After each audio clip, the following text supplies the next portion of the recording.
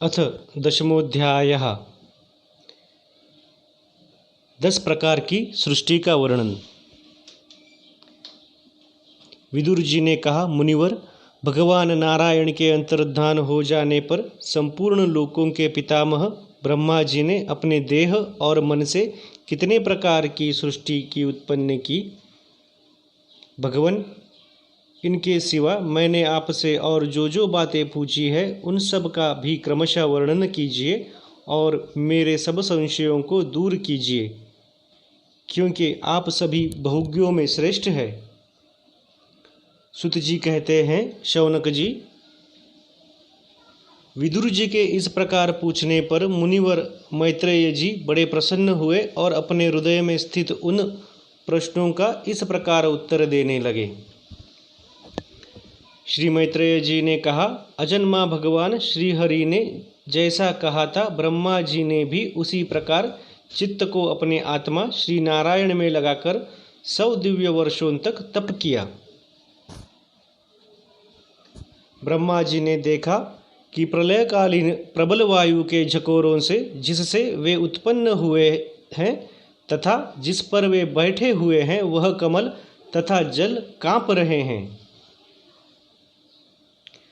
प्रबल तपस्या एवं हृदय में स्थित आत्मज्ञान से उनका विज्ञाबल बढ़ गया और उन्होंने जल के साथ वायु को पी लिया।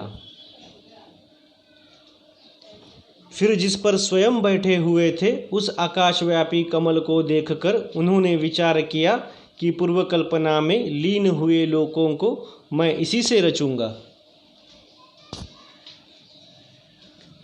तब भगवान के द्वारा सृष्टि कार्य में नियुक्त ब्रह्मा जी ने उस कमल कोश में प्रवेश किया और उस एक एक ही भुव भुव स्वहा ये 3 भाग किए।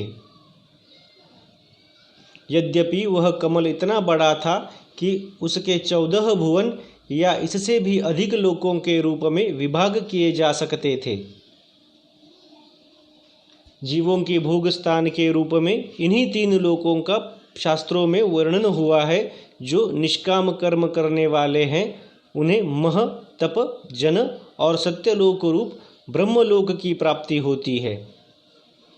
विदुर जी ने कहा, ब्रह्मन, आपने अद्भुत कर्म विश्वरूप श्रीहरि का जिस काल नामक शक्ति की बात की थी, प्रभु उसका कृपया विस्तार पूर्वक वर्णन कीजिए। श्री मैत्रेय जी ने कहा, विषयों का रूपांतर बदलना ही काल का आकार है।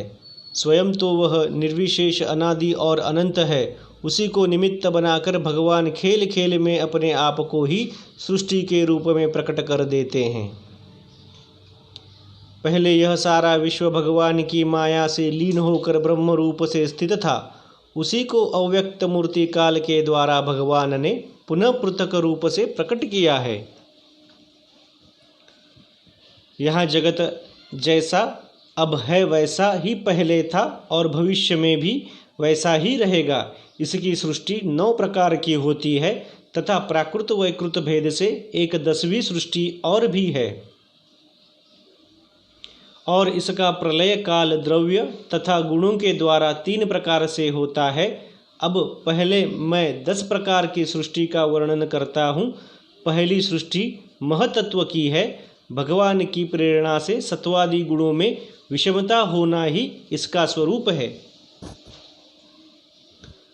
दूसरी सृष्टि अहंकार की है, जिससे पृथ्वी आदि पंचभूत एवं ज्ञानेंद्रिय और कर्मेंद्रियों की उत्पत्ति होती है। तीसरी सृष्टि भूत सर्ग है, जिसमें पंच महाभूतों का उत्पन्न करने वाला तन्मात्र वर्ग रहता है। चौथी सृष्टि इंद्रियों की है, वह ज्ञान और क्रिया शक्ति से संपन्न होती है। पांचवी सृष्टि सात्विक अहंकार से उत्पन्न हुए इंद्रियाधिष्ठाता देवताओं की है। मन भी इसी सृष्टि के अंतर्गत है। छठी सृष्टि अविद्या की है। इसमें तमिस्त्र, अंधता मिश्र, तम, मोह और महामोह ये 5 गांठें हैं। यह जीवों की बुद्धि का आवरण और विक्षेप करने वाली है। ये 6 प्राकृत सृष्टियां हैं। अब वैकृत सृष्टियों का भी विवरण सुनो। जो भगवान अपना चिंतन करने वालों के समस्त दुखों को हर लेते हैं, यह सारी लीला उन्हीं श्री हरि की है। वे ही ब्रह्मा के रूप में रजोगुण को स्वीकार करके जगत की रचना करते हैं। 6 प्रकार की प्राकृत सृष्टियों के बाद 7वीं प्रधान वैकृत सृष्टि इन 6 प्रकार के स्थावर वृक्षों की होती है।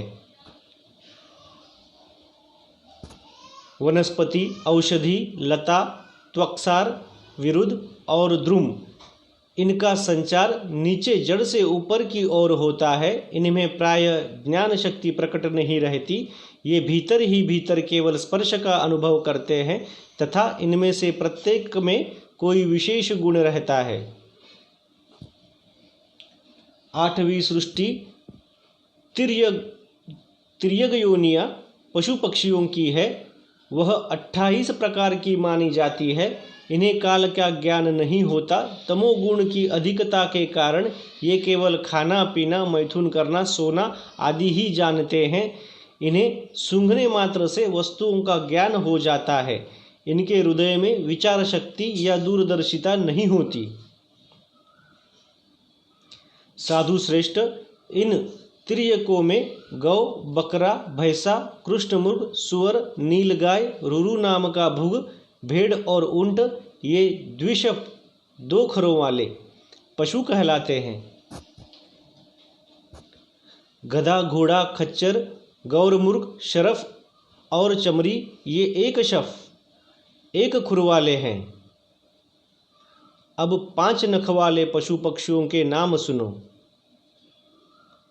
कुत्ता, गीदड़, भेड़िया, बाघ, बिलाव, खरगोश, शाही, सिंह, बंदर, हाथी, कछुआ, गोह और मगर आदि पशु हैं।